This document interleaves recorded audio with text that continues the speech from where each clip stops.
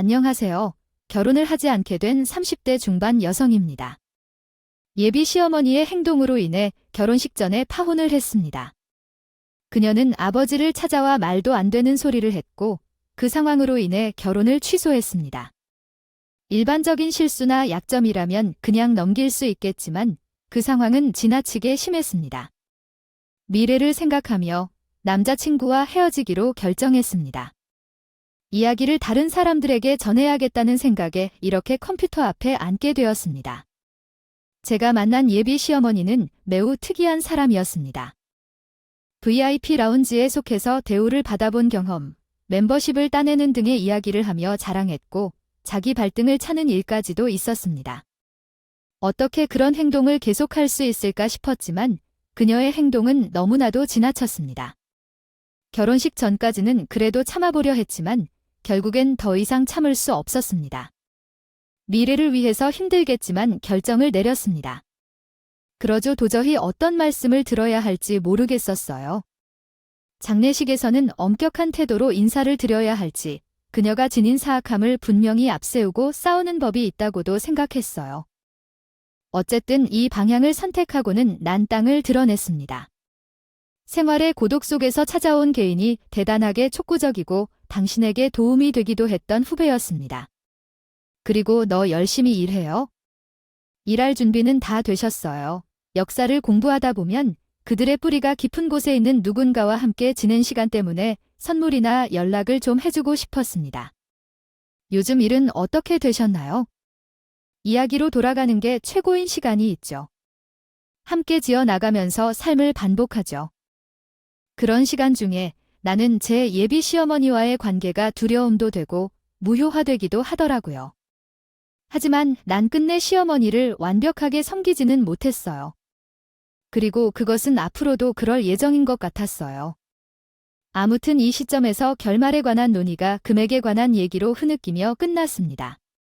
최선을 다해 노력하고 있지만 그제서야 나는 그녀를 제 값 따위로 생각했어요.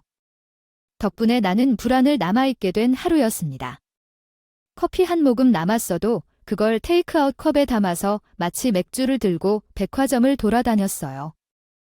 커피를 싫어하는데도 남은 커피에 왜 그렇게 집착하는지 예비 시어머니의 본성이 드러났어요. 예비 시어머니가 자기 발등을 찍었던 그날도 그랬어요.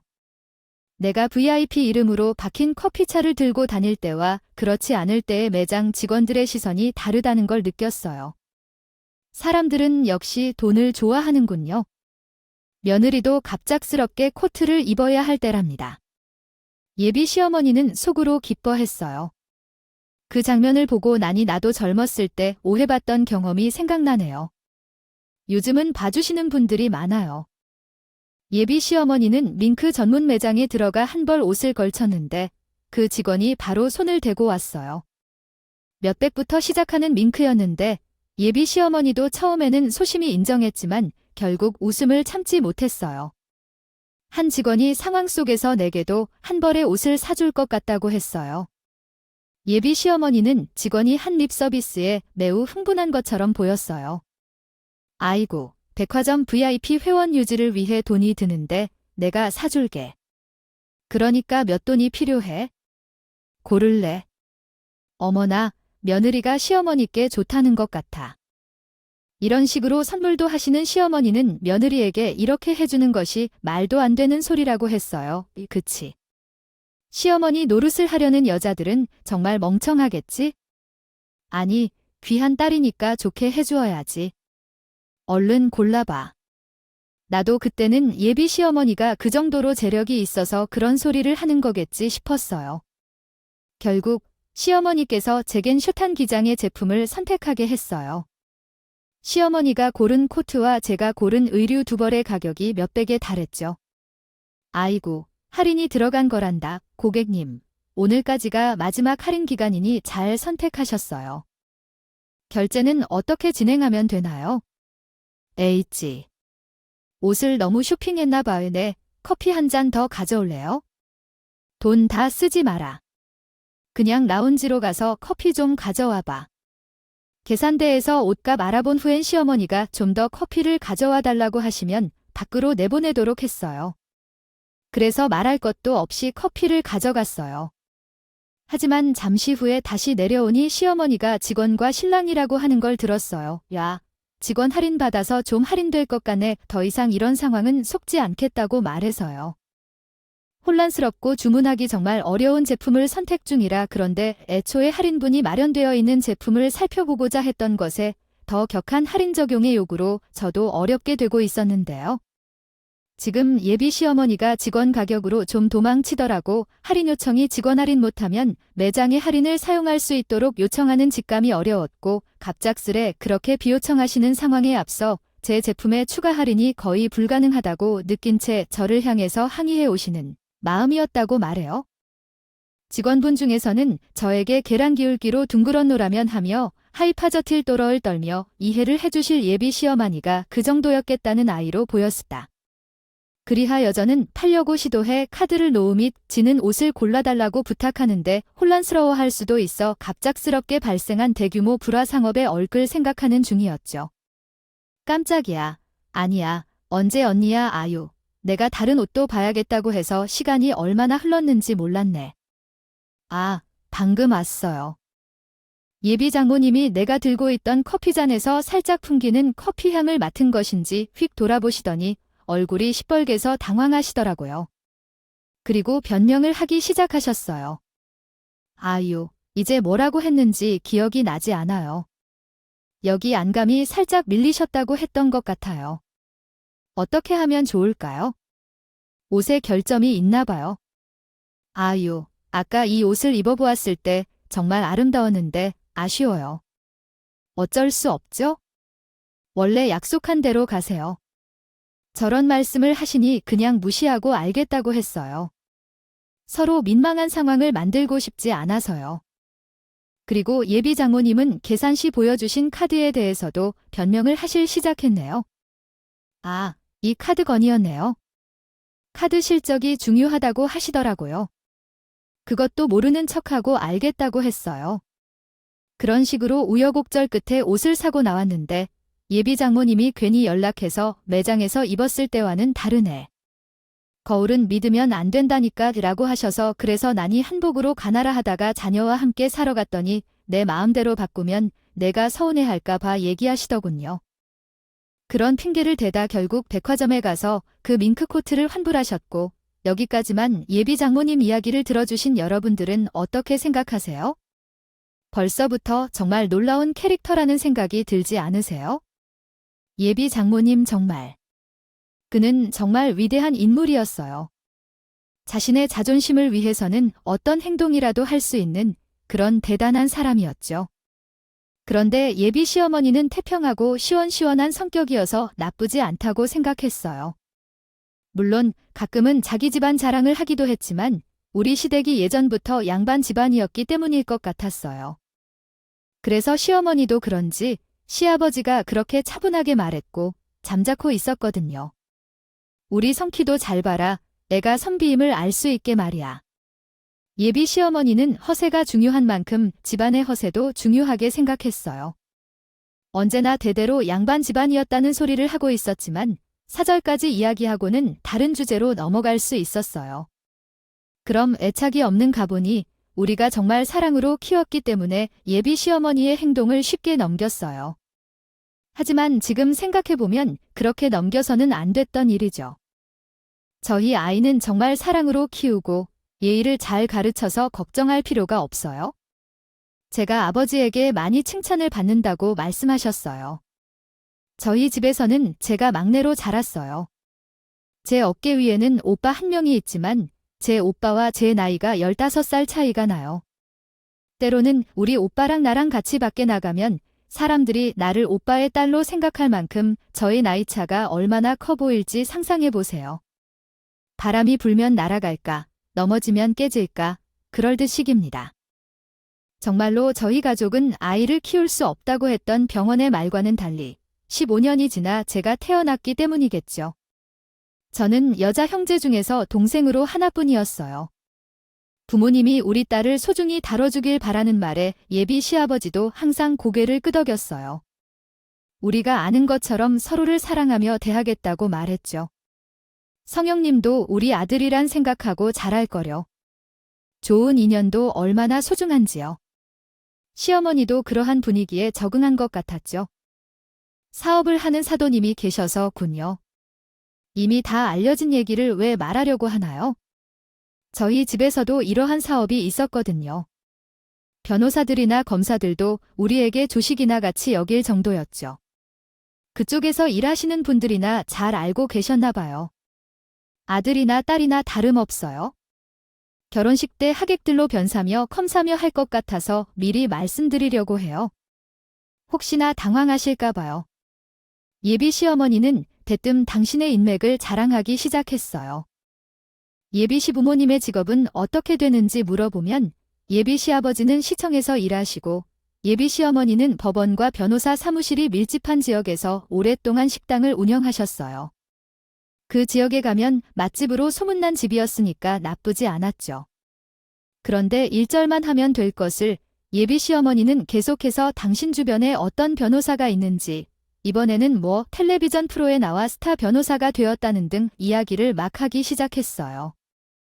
은근슬쩍 저희 부모님 사업체의 크기를 궁금해하시고 사돈 힘드신데 무리하지 않는 게 좋겠다는 걱정도 했어요. 그냥 자식들한테 손을 벌리지 않을 정도라고 하더라고요. 노후 보일 걱정은 따로 하지 않아도 정말 잘 되고 싶다고 하셨어요. 아버지의 말에 예비 시어머니는 의심스러운 눈길을 보내기 시작했지만 정말 그런 건 아닌 것 같아요.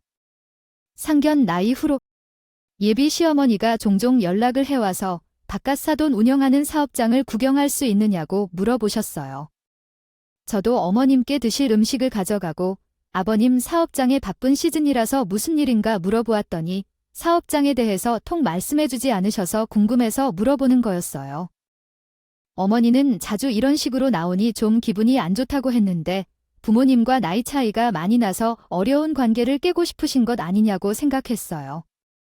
그러나 예비 시어머니가 자주 그런 식으로 나와서는 제 기분이 좋지 않았어요. 어머님이 우리 집안을 의심하거나 돈을 확인하려는 건가 싶기도 했지만 사람 성향상 그럴 수 있는 것이라 생각하고 넘기려 했어요. 그러나 제 감이 맞았던 것 같은데 어머님이 부담스러워 하실 것 같다고 해서 오빠만 와주겠다고 하셨어요. 아빠는 칠순 자체인데 뭐. 나만 그렇게 하는 것 같지 않아서 말이야. 이제 결혼식을 올릴 참이고 모두 가족이 되는 중이야. 그리고 쌓인 가족이 될 때 부모님께서 부담을 조금 더 안고 주시면 어때?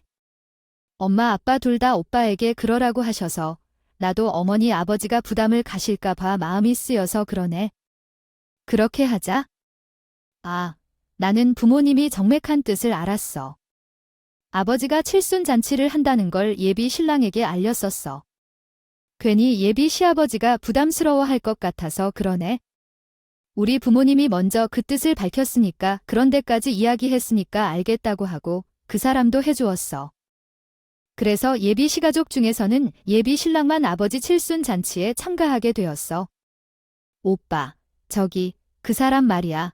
어머니랑 비슷한 것 같아. 왜냐면 어머니가 여기에 어떻게 왔는지 모르는데. 아, 나 정말이지. 부모님께 전혀 말 안 해드렸어. 그럴 필요 없잖아. 나 어차피 떠볼 예정이지. 왜 내가 이런 걸로 오빠를 왜 떠볼까? 아, 어머니 같아서 그런 거지? 하지만 무슨 상황인지 모르는데 초대도 안 받은데 예비 시어머니가 찾아온 게 아닐 거야. 처음에는 설마 했어. 예비 신랑이 다른 건 몰라도 다짜고짜 말은 지키는 사람이었거든. 그 사람이 얘기를 안 했다는 건 정말이야 예비 시부모님 두 분 다 모른다는 거야? 그런데 또 내 눈앞에는 예비 시어머니와 너무나 비슷한 사람이 있어서 혼란스러웠어. 저기, 그 여자 본 거야? 제가 몰래 카메라를 켜는 건가요? 그래서요, 제가 좀 전에 무슨 이야기를 했는데 웃었더군요. 아니, 첩보 영화를 찍는 것도 아니고 왜 그런지 모르겠지만 몇몇 손님들이 흥분해 하더라고요. 그곳에서는 예비 시어머니가 계셨어요. 그 예비 시어머니는 마치 007 작전을 펼치는 것처럼 선글라스를 착용하고 마스크를 쓴 채 나타나셨어요. 여러분도 아실 거예요. 그렇게 하면 오히려 주목을 받는다는 말이에요. 그 손님들이 어딘가를 의심스럽게 살펴보니까 거기 예비 시어머니가 계셨던 거죠. 예비 시어머니는 선글라스를 코에 걸치고 연회장 한 코너에서 기대어 손님들을 훑어보셨어요. 얼마나 집중을 했는지 제가 다가가도 몰랐다고 해요. 엄마, 여기서 뭐 하시는 건가요? 라며 어깨를 두드리고 어머니라고 부르자 예비 시어머니가 놀라 쳐다보셨어요. 제 표정이 변하자 그녀는 코웃음을 치는 게 아니라 화가 난 사람처럼 저를 아래 위로 쳐다보며 코웃음을 쳤대요. 어디까지 아는지 나도 궁금했어요. 그 뒤에 결혼 선물 같은 걸 주고 받지 말자는 얘기를 들었어요. 그러니까 좀 이상하겠다 싶었어요. 어머니, 지금 말씀하시는 건 뭐예요? 하니 예비 시어머니가 우리 아버지 칠순 잔치에 오신 것을 발동했다고 해요. 저도 그때 첫 깜짝이었어요. 우리 부모님도 뭔가 숨기고 있는 것 같아서 우연히 당신의 아들의 휴대전화를 열어 카카오톡을 확인했습니다. 솔직히 그 전까지는 아버지가 70세가 다 되어도 사실을 이야기하지 않아서 예비 시어머니 실망할 것이라고만 생각했었어요. 어머니께서는 괜히 예비 시어머니 미음에 부담이 될까봐 얘기하지 말라고 하셔서 듣지 않았던 것이었어요. 다름 아니라 그냥 미안해하는 의미였고요. 그럼에도 불구하고 기분이 상하신다면 죄송합니다. 내가 내게 부담이 될까봐 얘기 안 했어 라고 하는데 너의 거짓말이 참 잘 되잖아. 내 부모가 우리가 부담스러울까봐 하지 말라고 했지? 그리고 나중에는 데뷔 시어머니 손님을 손가락으로 가리면서 이야기하기 시작했어요. 마치 어른들을 가르치는 것 같았어요. 손님들은 주인공의 형편을 알 수 있다. 고해서 몰래 봐왔다는 송작은 손님이 손가락으로 바라면서 안 입었을 때 왜 이렇게 좋은 집일 것 같아. 그리고 나왔더니 잘 왔네. 너 사업한다고 해서 너랑 결혼시키려고 했다가 집엔 아주 형편이 없어. 혹시 사업해서 돈 번다는 소리가 다 거짓말이야 해요. 여자가 뭐라는 거니? 이 왜 우리한테 그러는 거야? 라고 말하는 다른 손님들도 멈출 줄 몰랐어요. 심지어 예비 시어머니의 발언을 듣고 있는 일부 손님들도 지금 뭘 하는 거야 라며 돌아봤어요. 예비 시어머니는 너한테 무슨 일이냐 라며 물어보는 다른 손님들의 말을 무시하고 제게 강한 어조로 이야기를 시작해보겠습니다. 제가 명품 가방을 서로 주고받자고 제안했을 때 상대방의 부모님께서 싫다고 하셨을 때 저는 이상하다고 생각했습니다. 부유한 집이라면 명품이 무엇이 중요할까요? 저는 다른 집에 가서 돈을 바쳐 살게 하는 것이 부모님의 생각과는 다르게 생각했습니다. 그때 어머니께서 갑자기 저에게 이야기를 하셔서 무슨 말씀을 하는지 이해가 되지 않았습니다. 엄마는 무슨 이야기를 하시는 건가요? 아버지는 마침내 어떤 결정을 내려야 할지 알지 못하고 있습니다. 나는 내 아들이 다른 가정의 호구가 될 수 없기 때문에 결혼을 미루자고 했습니다. 그러나 예비 시어머니는 이견이 없었습니다. 혼자 자신의 판단만 해서 얘기를 하셨죠. 대충만 얘기해도 이해가 되기 시작했습니다. 그러나 예비 시어머니는 아버지의 칠순잔치에 온 손님들을 보고 자신의 판단을 내렸습니다. 그러나 파티는 조용했고 찬란한 파티는 아니었습니다.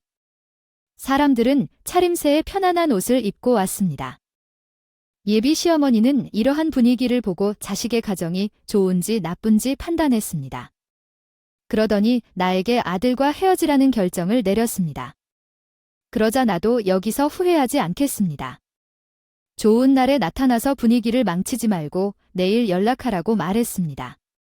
그리고 예비 시어머니를 밖으로 끌어냈죠. 력은 어디서 나오는 걸까요? 그러하니 그곳이 어떻게 들어맞는지 웃기지 않게 잘하고 있습니다. 등신야야 윤성혁이 어머니, 엄마가 여기 어떻게 왔어 대헷 어디서 온 거야? 자연스러운 인사에 초점 맞추지. 평소에 감사드려요. 우리 윤성혁이 지금 당장 이리 와. 남의 집구석에 호구노 타려고 내가 너 그렇게 열심히 키운 줄 알아? 예비 시어머니가 함께 인사를 하면서 당신 아들까지 끌고 나갔다. 예비 시어머니의 목소리에 손님들도 웅성거리기 시작했어. 당장 나가라고 예비 시어머니를 떠밀었지만 그때였어. 예비 시어머니의 말이 끝나고 기막힌 장면이 벌어지게 됐어. 아버지 칠순 잔치에 온 수십 명의 손님들 때문이야. 축하드립니다. 제 변호사 동료들과 함께 왔어요. 인사드려고. 우리 심 회장님이 그리고 인사할 수 있게 해주셔서 감사드려. 심 회장님. 저희 변호사들이 아버지께 인사를 하려 하자 예비 시어머니는 눈을 휙 돌려 성큼성큼 다가와. 그 말이 나오자마자 당신은 놀라지 않을까? 변호사님, 여기서 뭐 하는 거야? 아는 사람 있어? 저희 갈릴레오 변호사 사무소 고객님 칠순잔치에 왔습니다.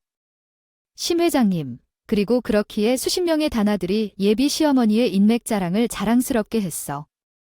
참. 예비 시어머니께서는 인사를 나누지 않았지만 변호사들은 그저 반갑게 인사했어. 변호사들은 예비 시어머님이 얼마나 어디에서 식사를 하는지 알지 못했어. 즉, 예비 시어머님은 상황을 모르고 있었어. 제가 얘기해 드린 건데 어떻게 하셨나요? 우리 로펌 아주 피세요. 심 회장님 주변으로 워낙에 큰 비즈니스 하시는 분들이 많으셔서 장님 저희한테 다 소개해 주시는 거라고요. 심 회장님께서 미 보였다가는 아이 바닥에서 끄지라니 뭐 잘못 보이면 끝이라는 거죠. 어머머 나는 몰라요. 이를 어떻게 하면 좋아할까요? 변호사들의 말을 듣자 예비 시어머니의 표정은 또 다른 의미로 생각이 되더래요. 예비 시어머니는 뒤늦게 호호호 웃으시며 우리 부모님께 인사를 하러 다가가셨어요. 하지만 이미 모든 내용을 들으신 우리 부모님 입장에서는 어떻게 반갑게 예비 시어머니를 맞이해 드릴지 모르겠어요. 부모님 표정은 이미 안 좋아지실 것 같으셔서 더 말씀해 드리지 않았어요. 말 그대로 파국을 맞게 되는 건가요? 놓인 것이었죠. 사람이 어쩌면 뻔뻔해도 저렇게 뻔뻔할 수가 있는 것일까요? 예비 시어머니는 자신이 한 행동을 깡그리 날려버리시고 아무렇지 않은 척 호호호 웃으시며 우리 부모님께 말씀을 걸어가셨어요. 그러한 예비 시어머니에게 우리 부모님은 간방 먹이셨고 사돈아유 칠순을 진심으로 축하합니다. 이제 한 식구가 되시는데 우리를 부르시지 않으셔도 괜찮아요. 제가 이렇게 찾아왔으니까 돈 이야기라고 할 시에는 어떡하신가요? 그게 무슨 말씀이신 건가요? 성희 어머님께서는 말씀을 금방 바꾸시나요? 아이한테 결혼업자 하시는 것 같던데 다 된 늙은이 같아도 청력이 있던 거려. 즉, 예비 시어멜님은 상황을 모르고 있었어. 우리는 그 이야기를 듣고 다들 말려 정말 부모님이 그거 아니라고 했어요. 예비 시어머니는 그냥 장난치려고 한 거였는데 타이밍이 안 맞아 조금 이상하게 보였다고 그런 말도 안 되는 변명을 시작했어요.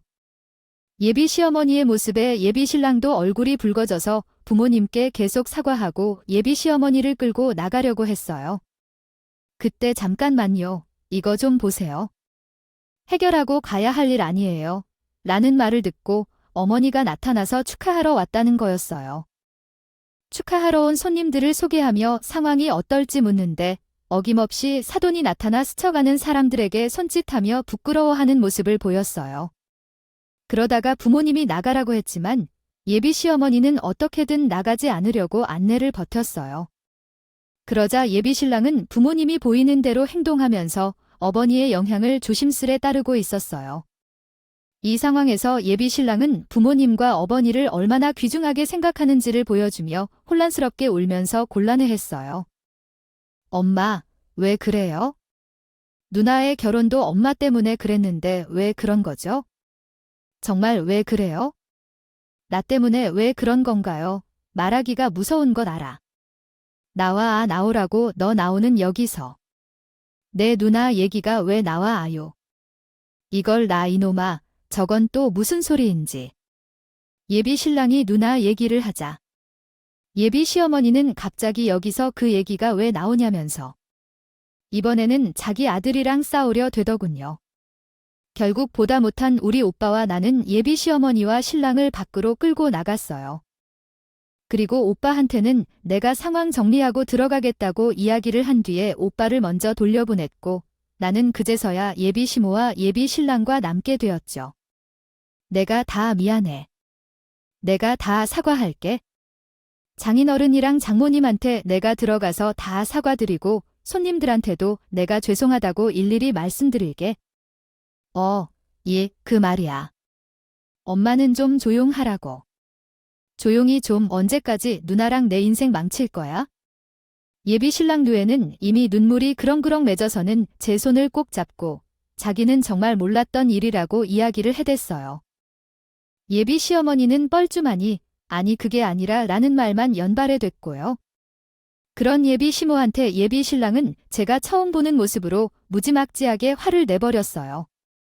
나는 예비 시어머니한테 궁금한 게 참 많았죠. 대체 왜 그런 소리를 한 거며 왜 여기에 몰래 온 것인지 말이에요. 어머니, 여기 왜 오신 거며? 아까 그런 소리는 왜 하시는 거예요? 그럼 결혼 어플 게임이 그런 말도 안 되는 소리를 들어야 하는 건데요. 너무 어이가 없어서 그래요? 그렇게 변명을 해대던 때는 언제고? 제가 그렇게 세게 말하자 예비 시어머니도 순간적으로 욱했지만 주림이 팍질 정도로 인상을 쓰더라고요. 하지만 이내 심호흡을 하더니 자신의 입장을 말하면서 개소리를 하려는 것 같더라고요. 나는 수영이, 너희 부모님이 수영과 너희를 너희의 어머니와 마치 내 아들처럼 보니까 그 사업나 하겠다는데 무슨 사업인지도 모르겠고 돈을 어떻게 관리하는지도 모르겠고 그것이 나타낼 기회는 없어야 하는데 나는 혹시 모르잖아. 혹시 그게 우리 어머니의 기준을 충족시키지 못할까봐 걱정해. 아들이랑 저렴한 거 짓바래봤자 뭐 될 게 없잖아. 아빠가 칠순 파티하고 있는 날에 그 얘기를 해야 한다고 생각하세요? 이미 성인이라고 생각하고 변명을 하려는 예비 장모님의 말을 막아서 물었어. 그랬더니 아무것도 말하지 않더래. 그녀는 자신의 변명이 더 이상 되지 않는 것을 깨달았어. 난 더 말할 게 없어서 너의 소중한 아들을 데리고 가라고 했어. 나는 다른 것을 모르겠지만 부모님이 욕하는 집안에 들어갈 생각은 없어. 너 같은 너무 어리석은 말을 할 생각 말고 여기서 조용히 가. 그 정도면 이미 파티에 서면 가르는 거 아니야? 이제 사과할 걸. 나는 손님들에게 사과할 걸. 정말 미안해. 너는 나를 꽂고 다니는데 정말 미안하다면? 우는 그녀의 모습을 본 나는 너무 부끄러웠지만 이성적으로 판단하려고 노력했어. 그래서 말했어. 나는 너 때문에 경찰을 불러야 한다. 제가 고백하고 싶지 않기 때문에 그만 행동을 그만둬 달라고 했어요. 그리고 착한 예비 신랑은 군인이 아니라서 울어서 자신의 엄마를 데리고 돌아갔어요. 솔직히 그 사람에게 잘못이 뭔가요? 그 사람의 엄마가 잘못한 거죠. 그리고 그 일로 한참 싸움을 벌인 뒤에 저는 다시 예식장으로 돌아가 아버지의 칠순 잔치를 맞이했어요. 그날 저녁에는 예비 신랑을 다시 만났어요. 정말 미안해. 내가 사과하고 싶어. 내가 다시 미안해. 내가 말했듯이 장인 어머니와 만나서 사과를 드릴 거야. 오빠가 사과를 하다 말고 그대로 있어? 오빠가 잘못한 게 뭐가 있어? 오빠가 잘못한 게 없어. 그런데 내가 말한 대로 우리 부모님을 무시해서 다른 생각을 가지는 집안과 결혼하고 싶지 않다는 말을 알아줘. 다 알아. 내가 너가 원하는 대로 할게. 누나처럼 해줘. 나 그 말을 하는 대로 다 할 수 있다. 누나처럼 하면 나는 할 수 있어. 누나도 그렇게 사는 것을 알아? 그렇기 때문에 내가 원한다면 누나처럼 하겠어. 예비 신랑은 나를 붙잡고 정말 사람이 이렇게까지 할 수 있는지 의심스러울 정도로 내게 의지했어요. 진심으로 미안해. 너가 원하는 대로 하겠다고 말했어요. 그날 알게 된 사실인데 예비 신랑의 누나가 멀리 살아서 자주 오가기가 어렵다는 것을 알아요. 없는 줄 알았거든요. 그런데 그게 아니었더라고요. 신우가 될 뻔했던 예비 신랑 누나도 예비 시어머니가 그렇게 난리를 피워서 파혼 직전까지 갔었답니다. 아니 대체 장인의 집안이 모글이 얼마나 잘났길래 이 집, 저 집, 남의 집 귀한 자식들 속을 뒤엎는지 모르겠네요. 어쨌든 그래서 예비 신랑 누나는 자기 엄마와 절연을 선언하고 결혼을 한 거였고 너무 잘 살고 있죠. 아무튼 예비 신랑은 자기 누나 이야기를 하면서 자기가 부모님이랑 인연이라도 끊겠다고 했어요. 그럴 필요 없어. 그러지 마. 아니야. 나 정말 다 할 수 있어. 그러니까 제발 헤어지자. 그만하지 마. 제발. 내 생각 안 바뀌니까. 이러지 마. 그리고 당신 엄마 말대로 세상에 널린 게 여자일 텐데 뭘 이러지 말자.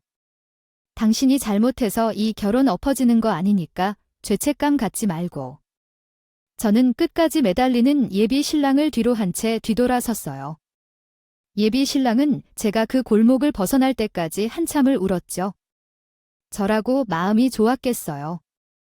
하지만 한번 그런 일을 겪고 나서 그런 집안과 엮고 싶지 않았어요. 제가 예비 남편에게 파혼을 선언하고서 그 뒤에 무슨 일이 벌어졌는지 들으신다면 아마 짝 놀라실 거예요. 그때 아버지 칠순잔치 때 왔던 변호사들 말이야. 그 사람들 참 대단들 하더라. 이래서 세상이 무서운 거야? 지금 거기 난리 났던데?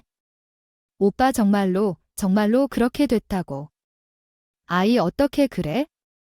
그 사람들 솔직히 말해서 뭐 직접적으로 연관 있는 것도 아니고 자기네들 가던 식당인 것, 그 칭찬받은 변호사들이 저의 아버지에 대한 사업과 신용에 대한 이야기를 하지만 최종적으로 예비 시어머니가 가는 식당에서 인연을 끊는 것을 보며 놀라웠어요.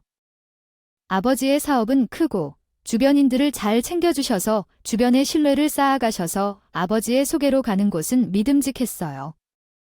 하지만 예비 시어머니들의 행동에 의해 인연을 끊었고 이들에게는 평생을 잃게 된 것 같았어요.